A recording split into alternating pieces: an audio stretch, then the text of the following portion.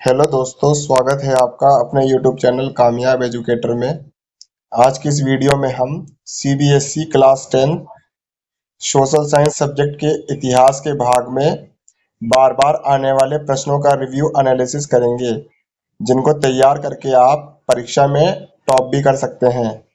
अगर आप हमारे चैनल पर नए हैं तो चैनल को सब्सक्राइब करें, ताकि ऐसी ही वीडियो का नोटिफिकेशन आपको सबसे पहले मिलता रहे। तो चलिए शुरू करते हैं। तो दोस्तों, ये हमारा CBSE क्लास 10th में इतिहास भाग में आए हुए बार बार या कहें तो मोस्ट रिपीटेड प्रश्नों की सीरीज, जिसको तैयार करके आप बहुत ही अच्छे तरीके से इस परीक्षा में टॉप भी कर सकते हैं। तो चलिए शुरू करते हैं। पहली हमारी पुस्तक है भारत एवं समकालीन विश्व भाग 2 इतिहास में, जिसमें पहला चैप्टर है यूरोप में राष्ट्रवाद, जिसमें पहला प्रश्न आया हुआ है फ्रेडरिक सरयू का संबंध किस देश से था। जैसे कि आपने इस चैप्टर में पढ़ा ही होगा कि फ्रेडरिक सरयू जो है एक चित्रकार था, जिसने यूरोप में राष्ट्रवाद को बढ़ाने के लिए अपने चित्रों के माध्यम से योगदान दिया था। ये प्रश्न कंपार्टमेंट एग्जाम 2017 में आया हुआ है। अगले प्रश्न की ओर चलते हैं। यूरोप में 19वीं शताब्दी के शुरुआती वर्षों में राष्ट्रीय एकता से संबंधित विचारों का उदारवाद से निकट का संबंध था। तो इस कथन का विश्लेषण कीजिए। ये प्रश्न लगभग 2 बार आया हुआ है, कंपार्टमेंट एग्जाम 2017 और कंपार्टमेंट एग्जाम 2019। इस प्रश्न के अंदर ये बताया गया है कि किस प्रकार उदारवादी विचारधारा ने राष्ट्रीय एकता और यूरोप में राष्ट्रवाद को बढ़ाने के लिए अपना महत्वपूर्ण योगदान दिया था। तो उसी को आधार बनाकर इस प्रश्न का हमें आंसर देना है। अगले प्रश्न को देखते हैं। 1848 के बाद जर्मनी के राष्ट्र निर्माण की प्रक्रिया को स्पष्ट कीजिए। तो ये प्रश्न कंपार्टमेंट एग्जाम 2017 में आया हुआ है, और इसके अंदर जो है जर्मनी में राष्ट्रीय निर्माण की जो प्रक्रिया थी, जो प्रोसेस था, उसके बारे में बताना है, जिसमें जर्मनी का एकीकरण वाली बात यहाँ पर आपको बतानी है। अगले प्रश्न को देखते हैं। फ्रांसीसी क्रांतिकारियों द्वारा फ्रांसीसी लोगों में सामूहिक पहचान की भावना का पैदा करने के लिए उठाए गए किन्हीं 3 कदमों का वर्णन करो। तो ये एनुअल एग्जाम 2017 और कंपार्टमेंट एग्जाम 2018 यानी कि 2 साल बराबर आया हुआ है। तो इस प्रश्न के अंदर ये बताना है कि फ्रांसीसी क्रांतिकारियों ने फ्रांस के लोगों के बीच जो सामूहिक पहचान या अपनेपन की भावना जो बढ़ाने की जो पहल की थी, उसमें उन्होंने क्या क्या बातें बताई थी या क्या क्या उन्होंने जाके लोगों के साथ किया था। तो उसी के बारे में इस प्रश्न में आपको बताना है। अगले प्रश्न को देखते हैं। 1815 में वियना सम्मेलन की मेजबानी किसने की। वियना संधि के द्वारा किए गए प्रमुख परिवर्तनों का विश्लेषण करो। तो ये प्रश्न जो है एनुअल एग्जाम 2017 और कंपार्टमेंट एग्जाम 2018 में लगातार 2 साल आया हुआ है, और इसमें आपको वियना सम्मेलन के बारे में बताना है कि वियना सम्मेलन के दौरान क्या क्या बातें हुई थी और इसमें किसने मेजबानी की थी। अगले प्रश्न को देखते हैं। मेकोंग डेल्टा क्षेत्र के विकास के लिए फ्रांसीसियों द्वारा उठाए गए किन्हीं 5 कदमों का वर्णन करो। तो कंपार्टमेंट एग्जाम 2018 के पेपर में ये प्रश्न आया हुआ था, और इसमें जो है फ्रांसीसियों द्वारा मेकोंग डेल्टा क्षेत्र जो था, उसके विकास के लिए फ्रांसीसियों ने क्या क्या कदम उठाए थे, उसके बारे में इस प्रश्न में आपको बताना है। अगले प्रश्न के बारे में बताया गया है कि यूरोप में 1871 के बाद बाल्कन क्षेत्र में बनी विस्फोटक परिस्थितियों का वर्णन करो। तो ये प्रश्न एनुअल एग्जाम 2018 में रिपीट हुआ है, और इस क्वेश्चन के अंदर आपको ये बताना है कि जो बाल्कन समस्या थी वो क्या थी, और उसने ऐसी क्या घटनाएं घटवा दी थी जो विस्फोटक परिस्थितियों के बारे में कहा जाता है इसको। अगले प्रश्न की ओर चलते हैं। तो अगले प्रश्न में बताया गया कि 19वीं सदी में यूरोप में आर्थिक क्षेत्र में उदारवाद की व्याख्या करो। तो इसमें आपको ये प्रश्न जो है एनुअल एग्जाम 2019 में आया हुआ है, और इस प्रश्न के अंदर आपको यूरोप में जो आर्थिक क्षेत्र, जो अर्थव्यवस्था को मजबूत बनाने के लिए जो उदारवादियों ने अपने विचारधाराएं दी है, उसके बारे में इसमें आपको बताना है। अगले प्रश्न को देखते हैं। नेपोलियन की संहिता को फ्रांसीसी नियंत्रण के अधीन क्षेत्रों में किस प्रकार लागू किया गया, व्याख्या करो। जैसे कि आपने 9th क्लास के अंदर नेपोलियन बोनापार्ट के बारे में पढ़ा था फ्रांसीसी क्रांति के अंदर। तो जब उसने फ्रांस पर नियंत्रण कर लिया था, तो उसने वहां के क्षेत्रों में अपनी संहिता के कौन कौन से नियम लागू किए थे, वो आपको इस क्वेश्चन के अंदर बताना है। एनुअल एग्जाम 2019 में ये प्रश्न आया हुआ है। अगले प्रश्न को देखते हैं। यूरोप में 19वीं सदी के शुरुआती दशकों में राष्ट्रीय एकता के विचार उदारवाद से किस प्रकार जुड़े थे, स्पष्ट करो। देखिए ये क्वेश्चन फिर दोबारा रिपीट हो रहा। अभी इस क्वेश्चन को हमने ऊपर भी पढ़ा था।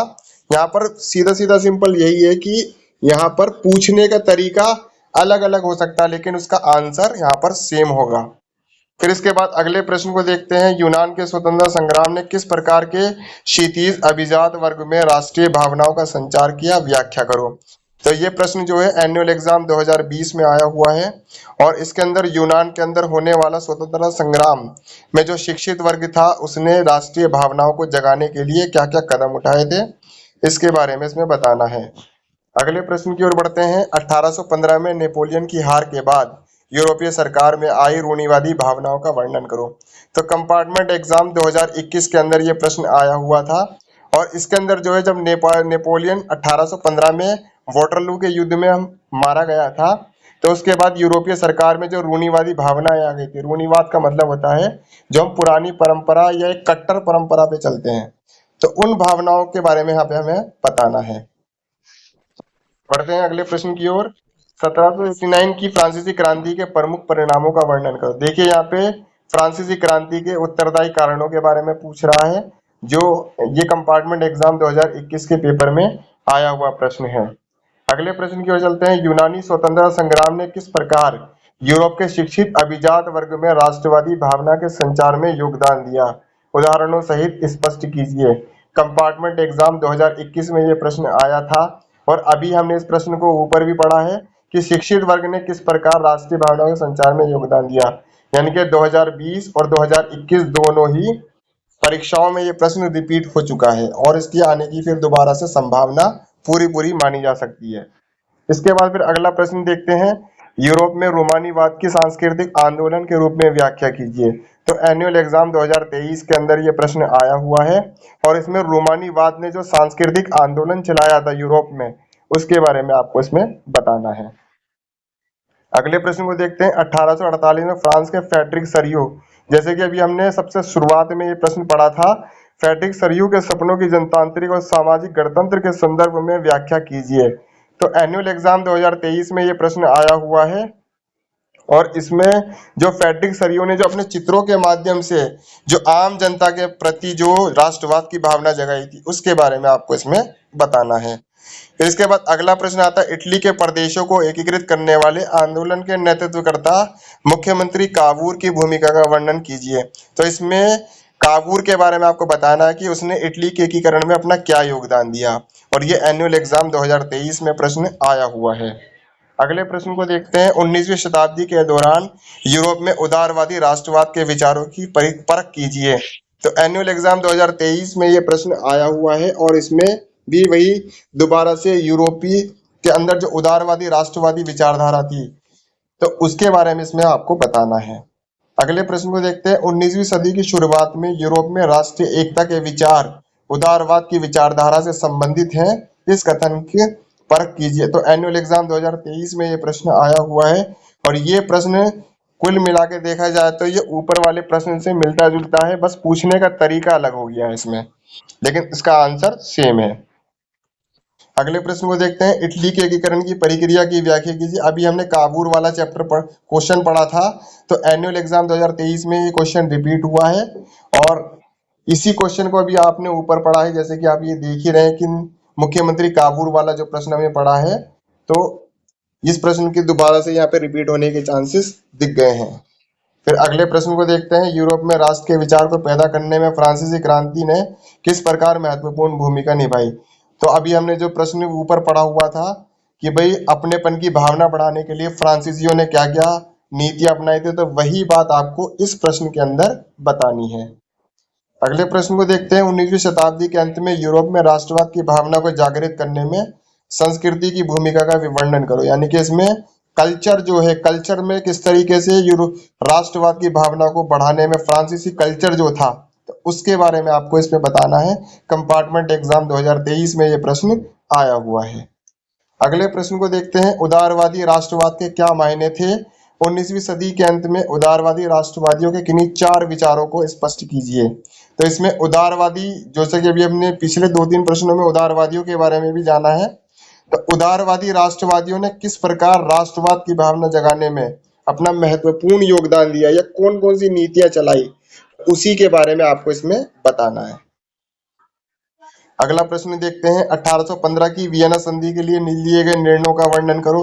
तो कंपार्टमेंट एग्जाम 2023 में ये प्रश्न आया और ये प्रश्न भी ऊपर से यहाँ दोबारा रिपीट हुआ। अभी हमने इसके बारे में ऊपर भी डिस्कस किया है।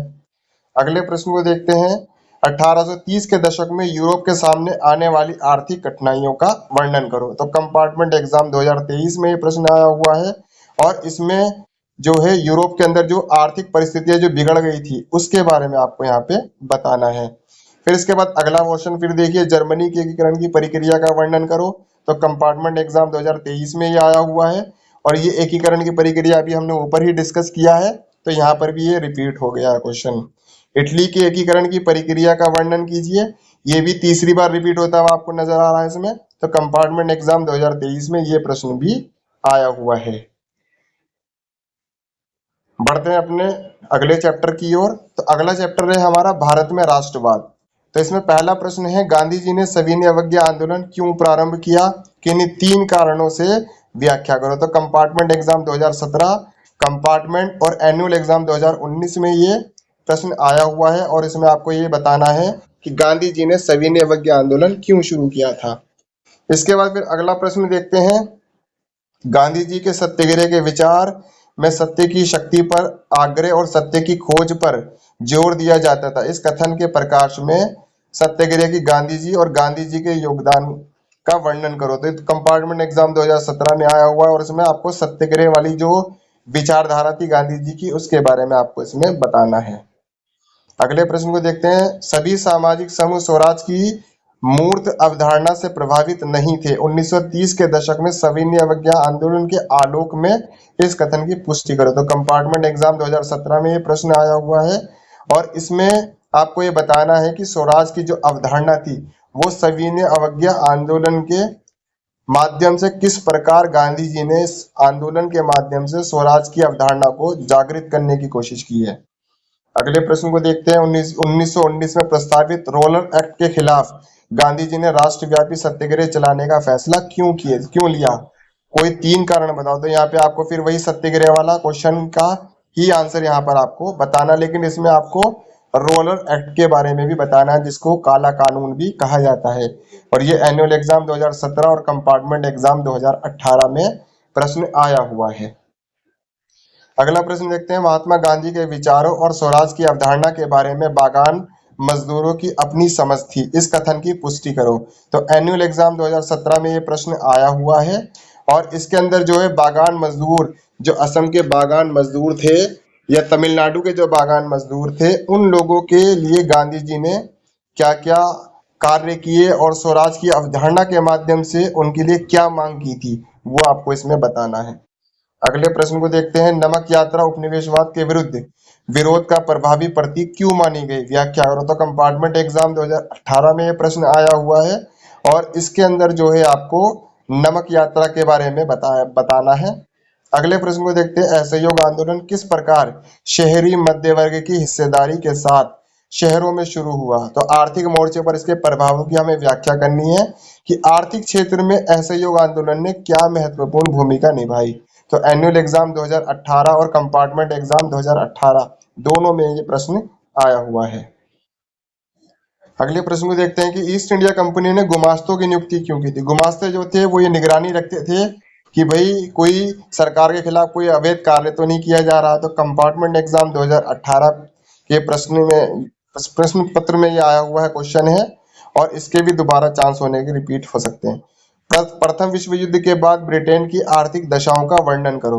तो ये कंपार्टमेंट एग्जाम 2018 में आया हुआ। प्रथम विश्व युद्ध के दौरान अंग्रेजों की जो आर्थिक दशा थी, यानी कि जिस तरीके से वो हमारे देश से खजाने लूट लूट के अपने यहाँ भर रहे थे, तो उस परिस्थितियों को ध्यान में रखते हुए आपको यहाँ पे बताना है। अगले प्रश्न को देखते हैं, 1930 में किसने दलितों को दलित वर्ग एसोसिएशन में संगठित किया, उनकी उपलब्धियों का वर्णन। तो एनुअल एग्जाम 2019 में आया हुआ है और इसमें आपको भीमराव अंबेडकर के बारे में बताना है।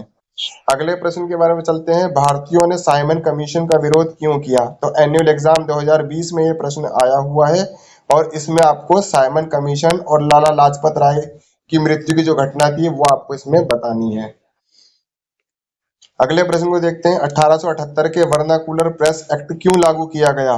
तो ये एनुअल एग्जाम और कंपार्टमेंट एग्जाम 2020 दोनों ही परीक्षाओं में ये प्रश्न आया हुआ है। और इसके अंदर आपको वर्नाकुलर प्रेस एक्ट, जिसमें भारतीय समाचार पत्रों पर जो पाबंदी लगाई गई थी, उसके बारे में आपको इसमें बताना है। अगले प्रश्न को देखते हैं, दक्षिण अफ्रीका से भारत लौटने के तुरंत बाद ही गांधी जी द्वारा किए गए किन्हीं दो सत्याग्रह आंदोलनों का वर्णन करो। तो यहाँ पर आपको जो है दक्षिण अफ्रीका के लौटते ही उन्होंने जो खेड़ा सत्याग्रह और बारदोली का जो सत्याग्रह चलाया था उसके बारे में आपको इसमें बताना है। और कंपार्टमेंट एग्जाम 2021 में ये प्रश्न आया हुआ है। भारतीय व्यापारियों और उद्योगपतियों ने सविनय अवज्ञा आंदोलन का समर्थन क्यों किया?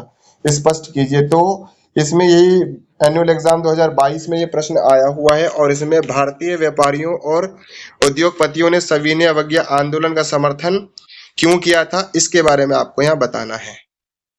अगले प्रश्न में देखते हैं, सविनय अवज्ञा आंदोलन को प्रेरित करने वाले किन्हीं दो कारणों का उल्लेख करो। तो ये भी एनुअल एग्जाम 2022 में ये प्रश्न आया हुआ है और इसमें आपको सविनय अवज्ञा आंदोलन के प्रेरणा वाले कारकों के बारे में बताना है। अगले प्रश्न में देखते हैं, सत्याग्रह पर महात्मा गांधी के विचारों का उल्लेख करो। ये प्रश्न अभी हमने ऊपर ही डिस्कस किया है, तो एनुअल एग्जाम 2022 में ये प्रश्न दोबारा रिपीट होकर आ गया है। इसके बाद अगला प्रश्न देखते हैं, देश को एकजुट करने के लिए महात्मा गांधी को नमक एक शक्तिशाली प्रतीक दिखाई दिया। इस कथन की 3 तर्कों सहित पुष्टि कीजिए। तो एनुअल एग्जाम 2022 में आया है और नमक आंदोलन की पूरी घटना इसमें आपको बतानी है। और ये देखिए किस तरह से क्वेश्चन को घुमा के पूछा गया, लेकिन आंसर इसका वही है। अगले प्रश्न को देखते हैं, महात्मा गांधी ने 1917 में बिहार के चंपारण इलाके का दौरा क्यों किया? स्पष्ट कीजिए। तो इसमें आपको चंपारण में जो उन्होंने आंदोलन चलाया था किसानों के लिए, तो उसके बारे में आपको इसमें डिस्कस करना है। एनुअल एग्जाम 2022 में यह प्रश्न आया हुआ है। अगले प्रश्न को देखते हैं, फरवरी 1922 में महात्मा गांधी ने असहयोग आंदोलन को वापस लेने का निश्चय क्यों किया? स्पष्ट कीजिए। तो एनुअल एग्जाम 2022 में ये प्रश्न आया हुआ है और इसमें जो है चोरा चोरी हत्याकांड जो हुई थी उसके बारे में आपको इसमें बताना है। अगले प्रश्न में देखते हैं, प्रथम विश्व युद्ध ने किस प्रकार भारत में नई आर्थिक स्थिति पैदा की? स्पष्ट कीजिए। तो एनुअल एग्जाम 2022 में ये प्रश्न आया हुआ है और यहाँ पर ब्रिटेन का संदर्भ लेते हुए भारत में जो नई आर्थिक स्थिति पैदा हो गई थी उसके बारे में बताना है। थोड़ा बहुत आपको इसमें दादा भाई नौरोजी वाली जो कहानी है वो भी आप इसमें डिस्कस कर सकते हैं। असहयोग का विचार आंदोलन कैसे बना? स्पष्ट कीजिए। तो इसमें आपको असहयोग आंदोलन की जो शुरुआती रणनीति थी उसके बारे में आपको ये बताना है और एनुअल एग्जाम 2022 में ये प्रश्न आया हुआ है। अगले प्रश्न को देखते हैं, असहयोग आंदोलन ग्रामीण क्षेत्रों में कैसे फैला? स्पष्ट कीजिए। तो एनुअल एग्जाम 2022 में ये प्रश्न आया है और ग्रामीण क्षेत्रों के आधार पर आपको इसमें बताना है कि वो कौन कौन सी रणनीति जिसके आधार पर ग्रामीण क्षेत्रीय लोग जैसे कि किसानों ने इसमें सबसे पहले सहयोग किया था। इसके बाद फिर अगले प्रश्न की ओर बढ़ते हैं, महात्मा गांधी ने अवज्ञा आंदोलन को 1931 में वापस लेने का निर्णय क्यों लिया? तो एनुअल एग्जाम 2022 में ये फिर दोबारा रिपीट हो गया है। अगले प्रश्न को देखते हैं, असहयोग आंदोलन शहरों में धीरे धीरे धीमा क्यों हो गया? स्पष्ट कीजिए।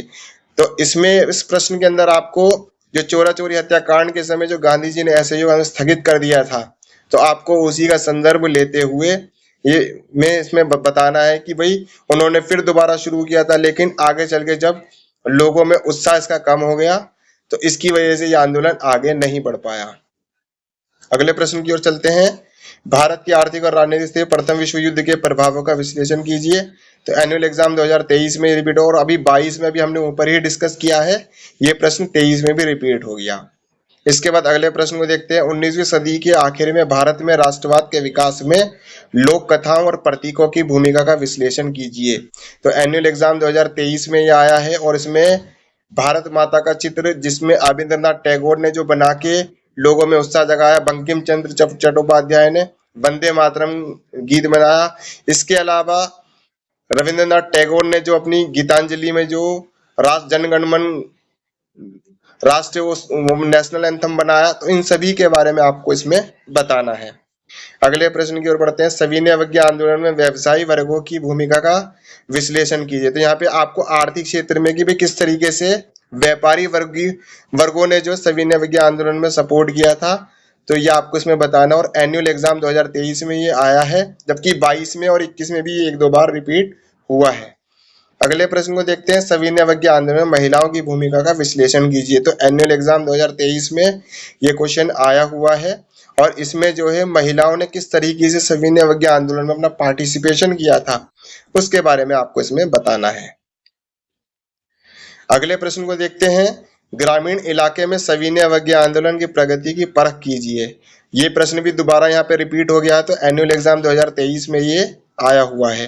भारत में विभिन्न समुदायों में सामूहिक अपनेपन की भावना विकसित करने के तरीकों का विश्लेषण कीजिए। तो एनुअल एग्जाम 2023 में ये प्रश्न आया है, और इसमें आंदोलन को प्रभावी बनाने के लिए जो क्रांतिकारी थे, उन्होंने संपूर्ण जनता के लिए क्या क्या नीतियां अपनाई, उसके बारे में आपको इसमें बताना है। अगले प्रश्न को देखते हैं, भारतीय अर्थव्यवस्था पर असहयोग आंदोलन के किन्हीं 3 प्रभावों का स्पष्ट कीजिए। तो भारतीय अर्थव्यवस्था पे जो असहयोग आंदोलन का जो प्रभाव पड़ा था, उसके बारे में इसमें हमें बताना है। और एनुअल एग्जाम 2023 में आया है, 2022 में भी ये क्वेश्चन आया हुआ है। भारत के लोगों द्वारा रोलेट का विरोध किस प्रकार किया गया, 3 उदाहरणों सहित स्पष्ट कीजिए। तो एनुअल एग्जाम 2023 में ये रिपीट हो गया है, जबकि 2021 में ये प्रश्न आया हुआ है। शहरों में असहयोग आंदोलन धीमा क्यों पड़ गया, स्पष्ट कीजिए। तो कंपार्टमेंट एग्जाम 2023 में ये प्रश्न आया है, और इसमें अभी हमने ऊपर ही डिस्कस किया कि 2022 में भी ये रिपीट हुआ था, और 21 में भी ये आया हुआ है। अगले प्रश्न को देखते हैं, सविनय अवज्ञा आंदोलन में व्यापारी वर्ग की भागीदारी को स्पष्ट कीजिए। तो कंपार्टमेंट एग्जाम 2023 में ये प्रश्न फिर दोबारा रिपीट हो गया। तो इस आधार पर हम कह सकते हैं कि यहाँ पर कई क्वेश्चन बार बार रिपीट हो रहे हैं, जिनके अब 24 में भी आने के पूरे चांसेस हैं। अगले चैप्टर की ओर बढ़ते हैं, भूमंडलीकृत विश्व का बनना।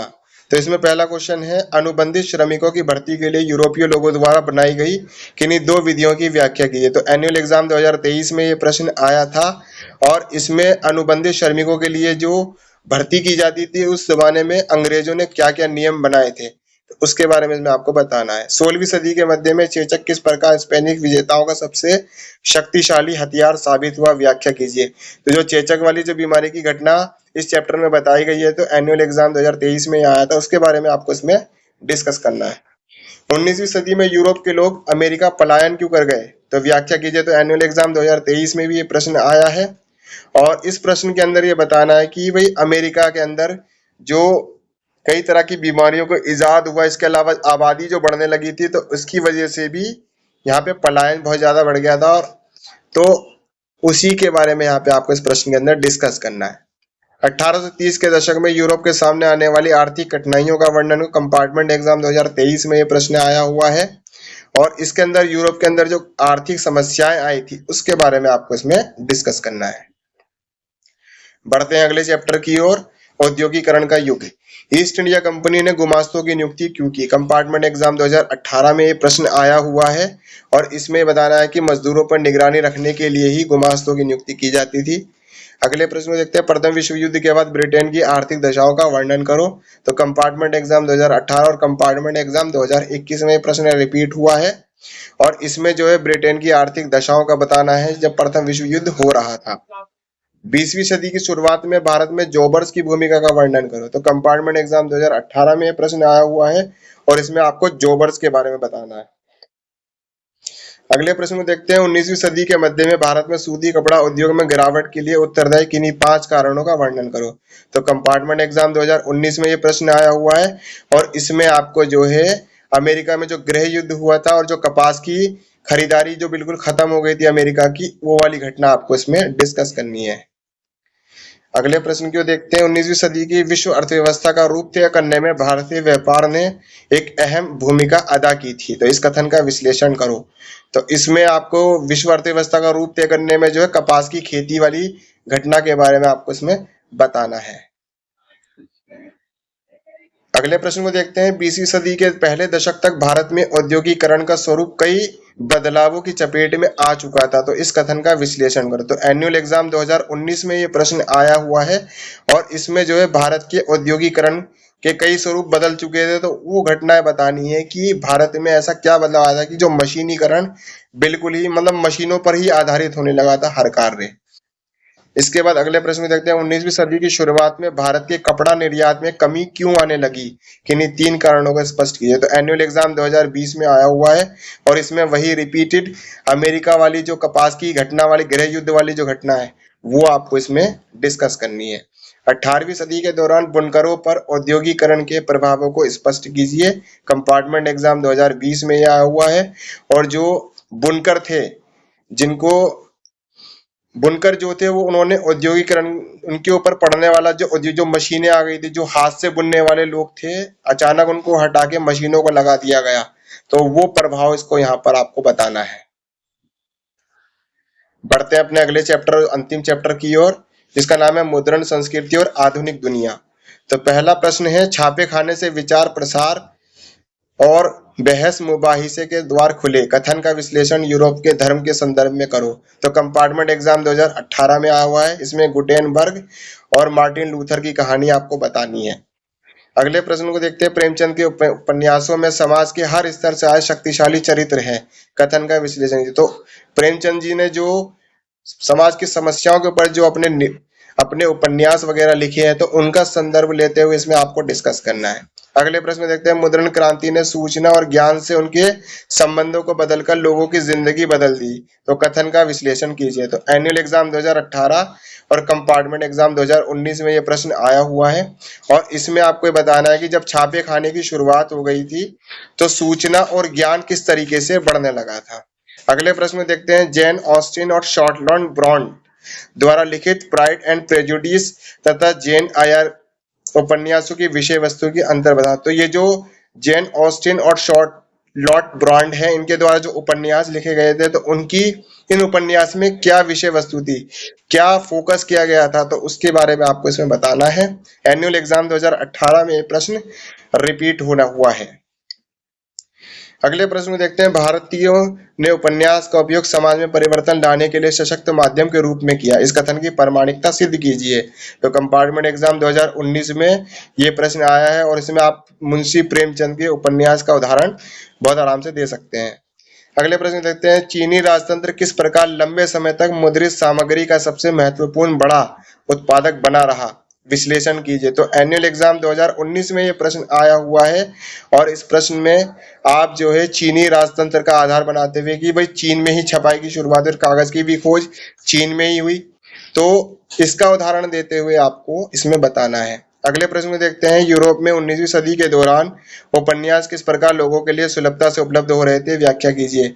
छापे खाने की शुरुआत से लेकर जब लोगों के अंदर पढ़ने की भावना जागृत होने लगी, तो वही बात आपको इसमें डिस्कस करनी है और एनुअल एग्जाम 2019 में ये प्रश्न आया हुआ है। गुलामगिरी पुस्तक 1871 में ज्योतिबा फूले ने क्यों लिखी थी, एनुअल एग्जाम 2020 में ये प्रश्न आया हुआ है और उसमें आपको जो ज्योतिबा फूले के द्वारा जो भूदान आंदोलन वगैरह चलाया गया था उसके बारे में आपको इसमें बताना है। राजा राम मोहन राय की पुस्तक का क्या नाम था, एनुअल एग्जाम 2020 में आया था, इसमें आपको राजा राम मोहन राय द्वारा लिखित पुस्तकों के बारे में बताना है।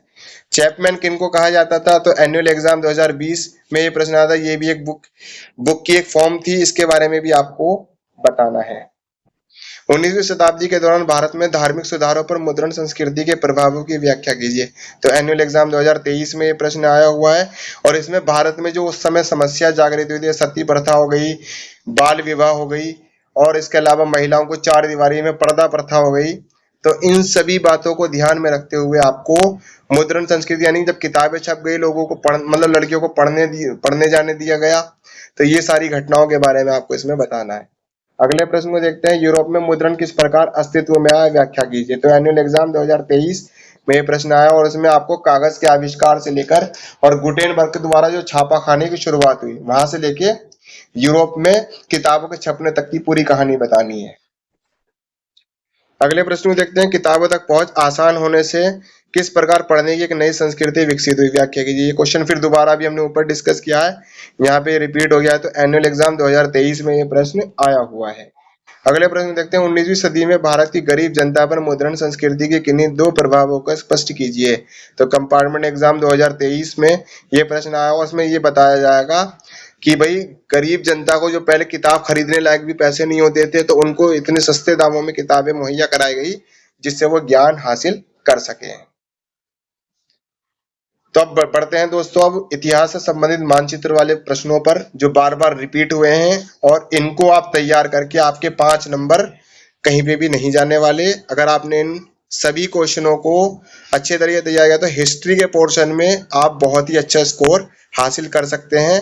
और इन मैप को भी आप अगर अच्छी तरह से तैयार कर लेते हैं तो आपके मैप में भी पूरे 5 में से 5 नंबर पक्के हो सकते हैं।